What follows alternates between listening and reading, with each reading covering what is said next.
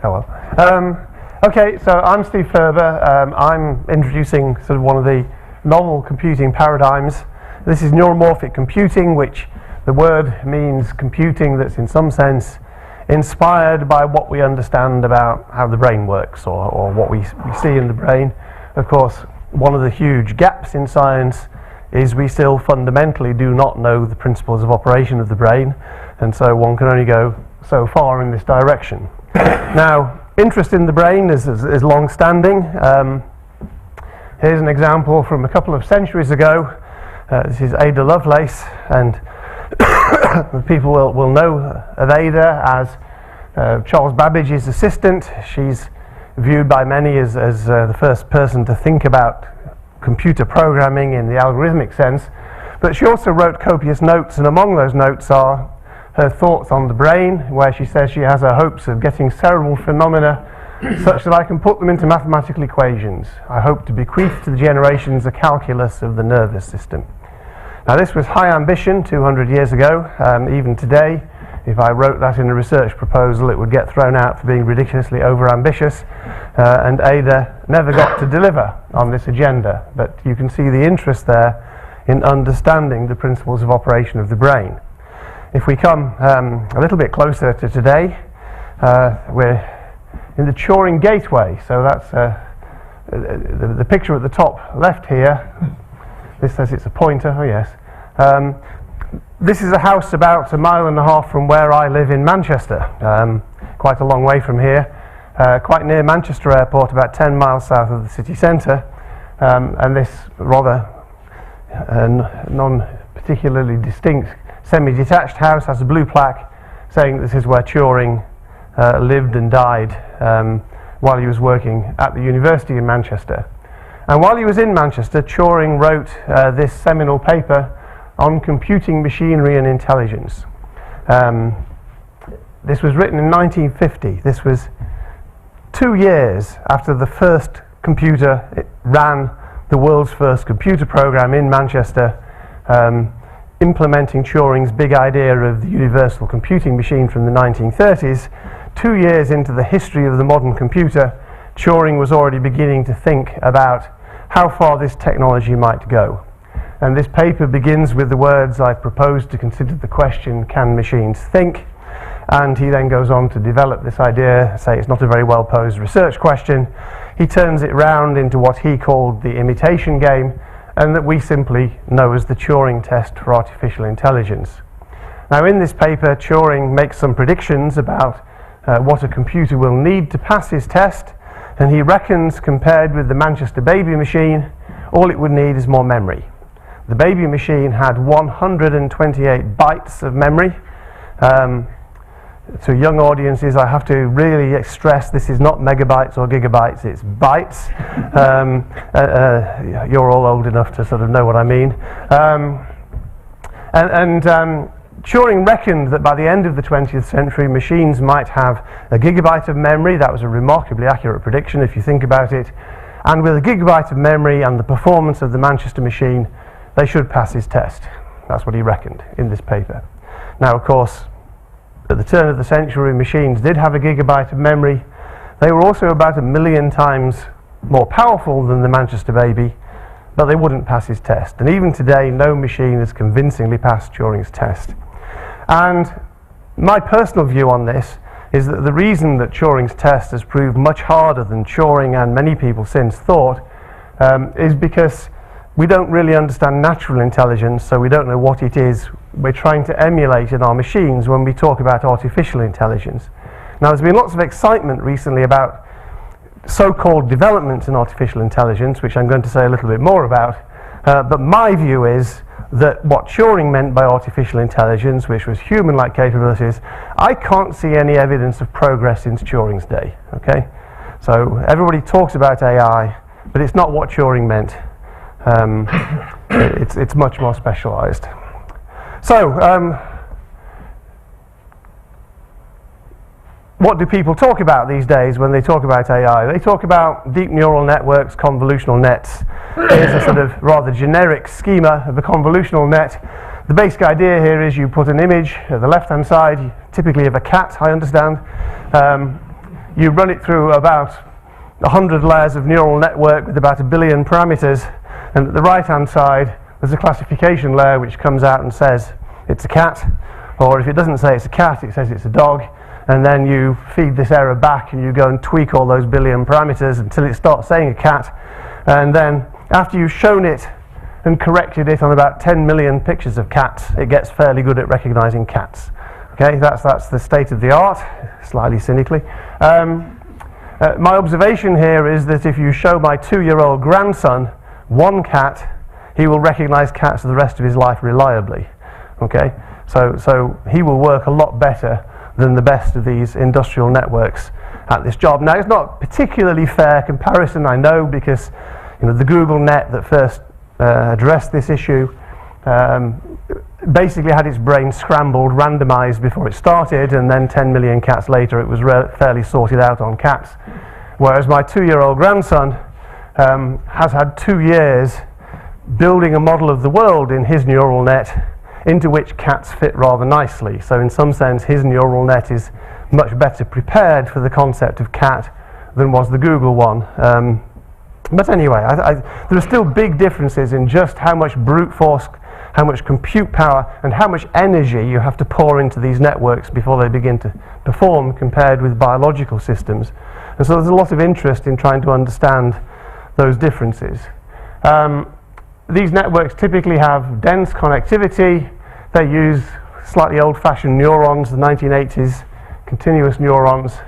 They're predominantly feed-forward. There's a bit of growing expertise in putting some recurrent connections in there, and they're trained through this back-propagating errors mechanism. Now, if you look at a slightly simplified bit of biology, this is a bit of cortex, outer layer of your brain.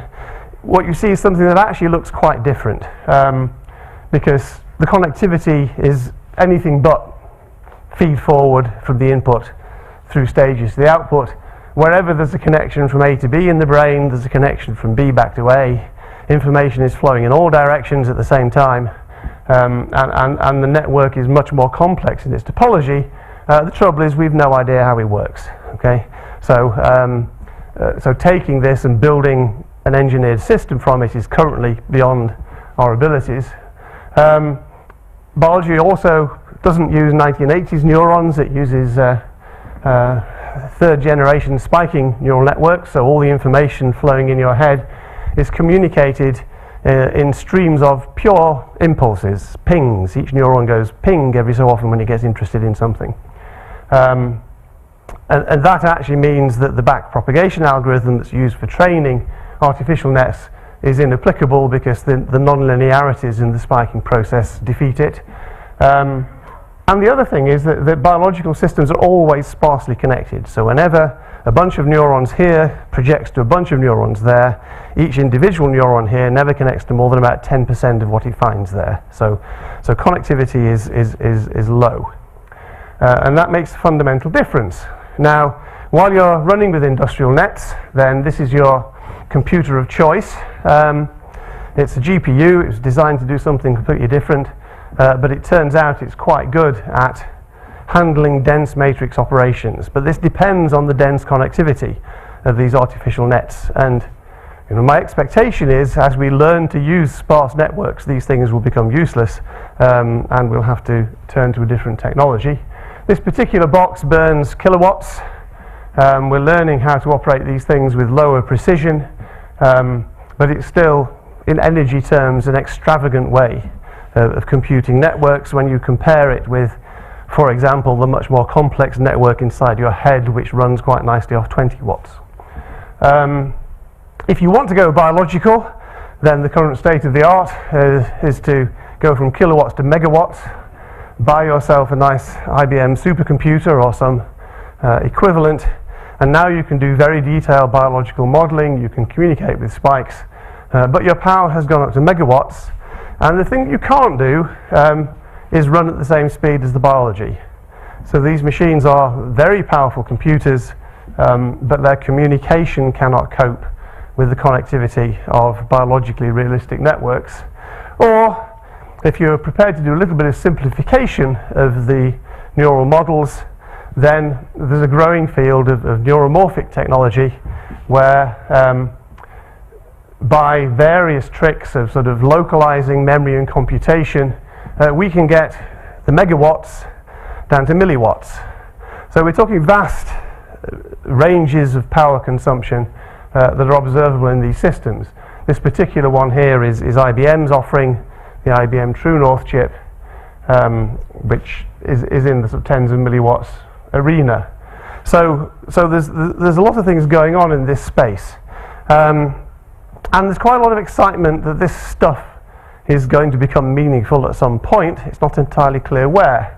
But back in 2014, the MIT Technology Review decided that one of its 10 breakthrough technologies was neuromorphic chips. Microprocessors configured more like brains than traditional chips could soon make computers far more astute about what's going on around them. Sounds spectacular. I have no idea how to do that. And as far as I can tell, nor does anybody else. But there you are, market expectation. Not to be outdone, the next year the World Economic Forum announced its top 10 emerging technologies in 2015. And here you'll see at the bottom neuromorphic technology. In fact, if you look at this list, nearly half of it's kind of in the AI space. So there's drones and robots, and so you know all the exciting things that are going to happen are AI. And then beginning of 2017, the US published this report on ensuring long-term US leadership in semiconductors. This was the President's Council of Advisors on Science and Technology. I have to point out that in January 2017, there was a different US president, and the Council of Advisors on Science, well, the current president apparently doesn't need this advice, so the council has been disbanded. But they got this report out before that happened, and if you look at the back of the report, selected component technology vectors that have a high probability of deployment in 10 years, and you know, look at the top of the list, neuromorphic computing, and available now, it says. Well, it is available now, just nobody knows how to use it, which is a slight drawback. Anyway, there's lots of expectation that in a world that's seen this huge development in machine learning network systems, that neuromorphic technologies, which has been developing largely in parallel but independently, is going to kind of somehow get into that space and contribute something. And this has got to the point where we see industrial investment. It's not just academic research anymore. And I've mentioned IBM's True North. You can put 16 of these chips together, and they've sold a system with quite a few of these boards to one of the government labs. Samsung's interested. Intel came into the game this year with their Loihi chip, which was announced at the NICE workshop that they hosted in Portland back in March. Loihi is a very impressive piece of silicon, you know, integrating about 1 million spiking neurons on a chip. It's not a product. You can't go to your local Intel salesman and buy one. It's a research prototype, which actually means if you're an academic in the right space, they'll pay you to take one and see if you can do anything with it. So there's quite a lot of activity. There are startup companies, so Innovation has spun out of Zurich, who've been in this game for a long time. Chronocam has come out in Paris, and in Manchester we've actually got our local startup, which is not a university spin out, but they are using our technology to develop event-based machine learning systems. So you can see things sort of bubbling nicely at the bottom as if something is about to happen. Now, what we've been doing in this space is the Spinnaker project, and we've been doing this for a long time. Our goal when we set out was to see what we could do with 1 million mobile phone processors in a computer and connect them together so they could do real-time simulation of biological neural systems. Even with 1 million processors, you're only at about 1% of the scale of the human brain. Okay, so you know, just again, get your head around that. To model something like the human brain on a computer, you would need a computer more powerful than anything that currently exists, probably about exascale. So it's coming. But if it's an exascale supercomputer, it will not have the right communications to do this in real time anyway, so that won't work. Now, it's 1% of the human brain, or as I prefer to think of it, 10 whole mice. The mouse brain apparently is very like the human brain, but 1,000 times smaller, so it's quite a convenient intermediate model to worry about. We've designed this system. It's configured as a fairly conventional 2D mesh, so it looks like most other supercomputers, except rather smaller scale technology. So it's a 2D mesh of nodes. Each node contains a compute layer and a memory layer, where the compute layer is something that we designed from scratch in Manchester starting in about 2006. So this is quite a long time ago. And we put the compute and memory die in the package, and then we get a nice attractive 2 centimeter square package that we can tile a 2D surface with and make machines of almost arbitrary size. So what's on the chip? Well, a bunch of processors, conventional computers, all with highly localized memory. So the compute unit is basically this. The processor's somewhere in there. Modern chip design tools just sort of mush everything up, so I've no idea where anything is really.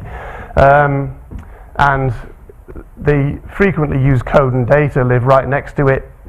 My view of the energy consumed by a program is basically the number of bits you have to move multiplied by the distance you have to move them, and therefore the distance here is about 1 millimeter, so we get sort of optimal energy performance by that approach. The less frequently used stuff is in that big memory chip, which is accessed about 1 centimeter away. All of this looks fairly conventional. Many high-end supercomputers look similar, except we're using quite low-end and very simple processors, whereas a high-end computer typically uses the much more powerful and complex and less energy efficient processors.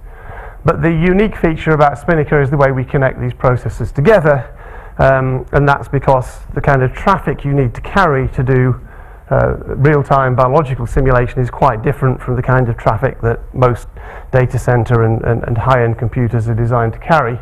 What you need to carry is vast numbers of packets carrying tiny bits of data. The brain is highly connected. Neurons in the cortex typically have order 10,000 inputs. There are neurons in the cerebellum that have 250,000 inputs. So if you try and do this with point-to-point communications, it'll take you forever. And the way we communicate is each spike in this system becomes a packet, but the packet goes through a multicast routing fabric. And the requirement is that when a spike is generated by a processor, it will arrive at all of its destinations in a small fraction of a millisecond. So that's the sort of target we set that the machine delivers. So we've had the chip packaged with its RAM. We can tile circuit boards with this. That board is our standard board we've had since 2011, I think. It's just under 1,000 processor cores on that board. And then we can stack these in racks and build machines of almost arbitrary scale. The machine we built, we've had 500,000 cores online within the Human Brain Project for 2.5 years, but just recently we've finished the expansion, and we now have the 1 million core machine, which was our original target, is now operational. And in fact, on Friday we're having a big party to celebrate achieving the 1 million cores, and various important people are coming and admiring what large racks full of printed circuit boards look like, I think. So this is an online service that's available through the Human Brain Project. Anybody can load jobs. We've run several thousand jobs for external users. I have a master's student who actually was using the machine scale to implement genetic algorithms to develop neural networks, and he managed to run 1 million jobs in a month. So you can get quite large numbers through the machine. And it's not the only machine. We've been sort of shipping boards initially on loan, and then we ran out of money, so we started selling them. And these have gone to points. The furthest away is Auckland, New Zealand, I think, where there's a few boards in use there. The most western is Boise, Idaho. Sandia Labs has bought machines, and so on. So there are quite a lot of these machines around, about 100 out there. I have no idea what they're doing with them. What can you do with this machine? Well, obviously the thing it was designed for was biological modeling, and earlier this year we published a paper jointly with Jülich Supercomputer Center in Germany, doing a fully detailed biological model of a cortical microcolumn, about a square millimeter of cortex. And I think this is the first time anything approaching this level of detail has been supported by a neuromorphic platform. You see the numbers at the top. It's 77,000 neurons, 285 million synapses, and so on. And the time we wrote this paper, this job took our tools about 8 hours to compile and load on the machine to run a minute or two's worth of execution time. We're now using this as a benchmark, and since then we've got the runtime down from 8 hours to about 8 minutes. So we're sort of really learning how to configure this machine to make it run more efficiently.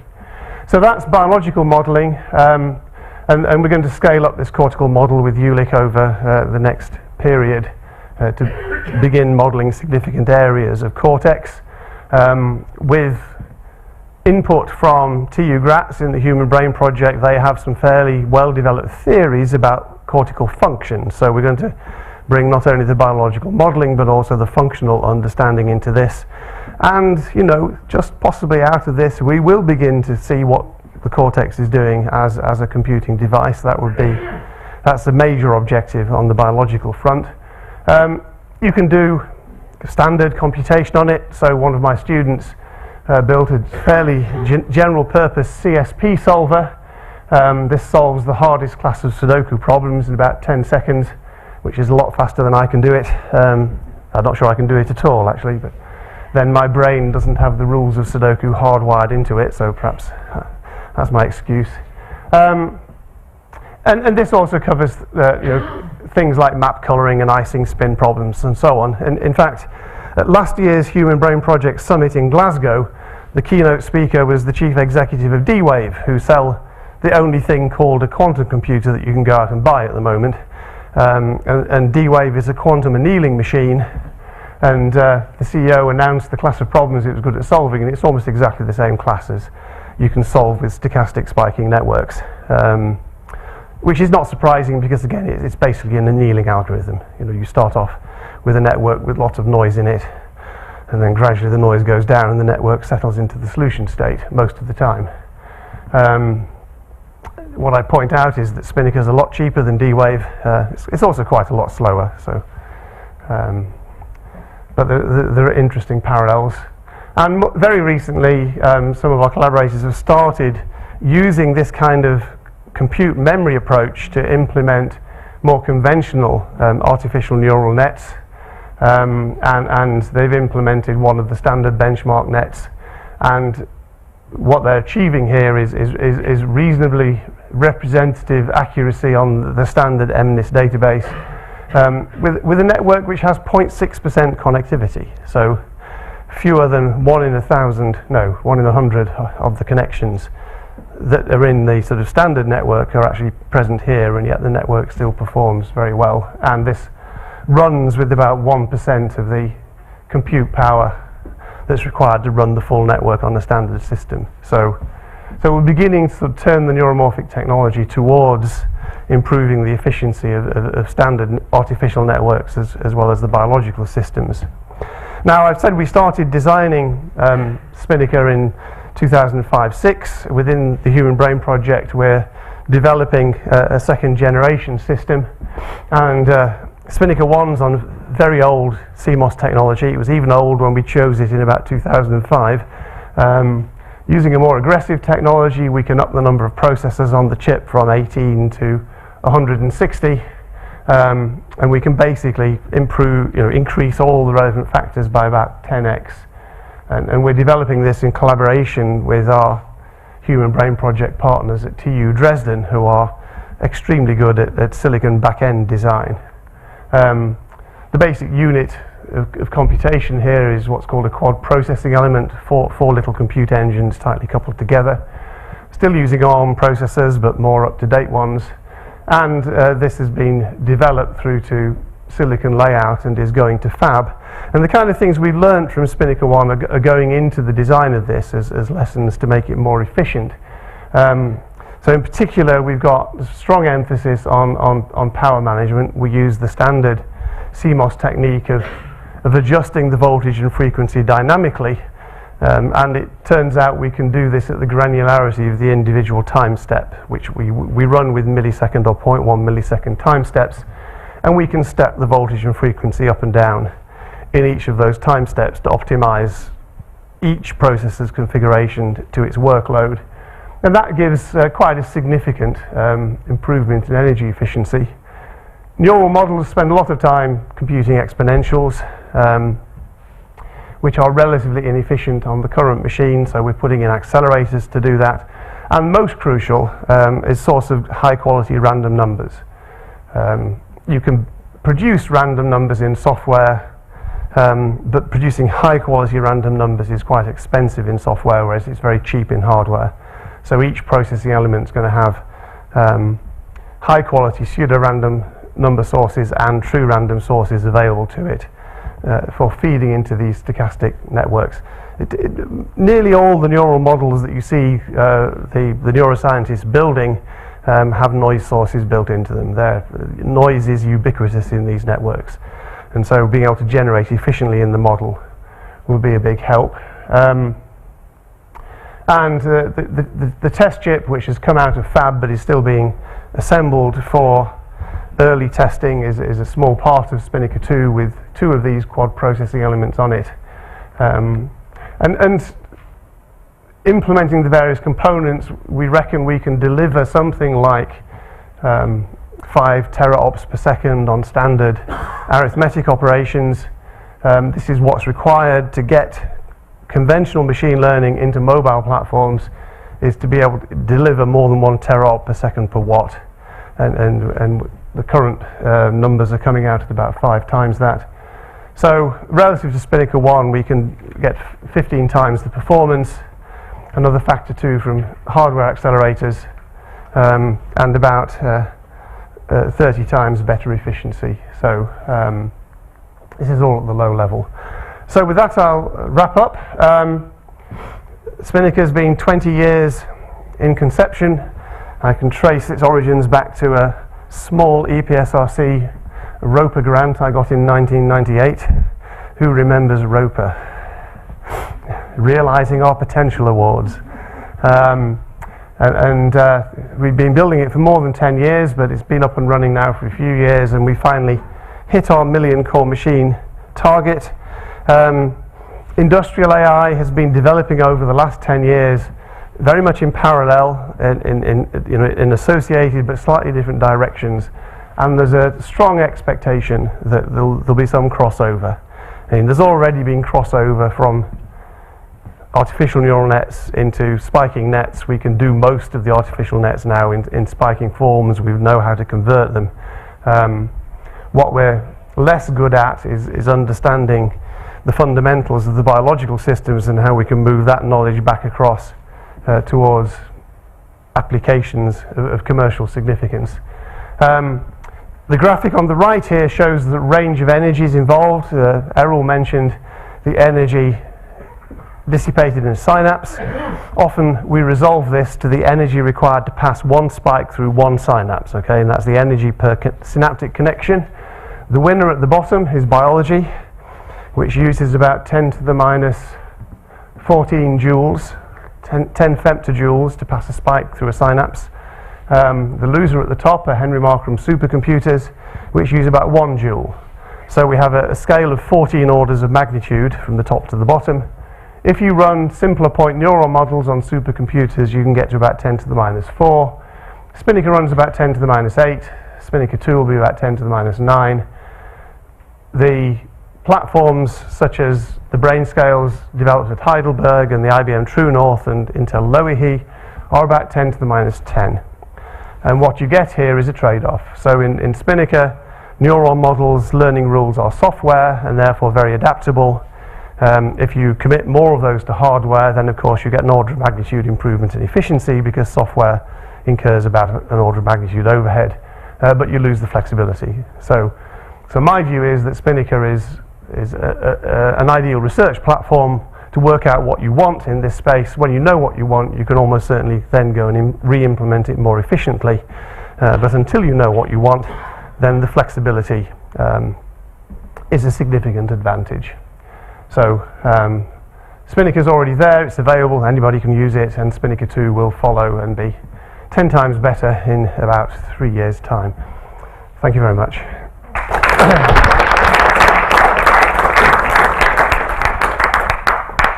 eating into the coffee break if we want questions now, so it's your choice. I suspect See, my choice. Coffee. I reckon recaffeinating the biological brains we have will be the best way to go there.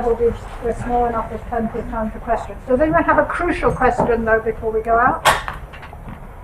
I should say I have a couple of posters out there as well which give some specific details on the project.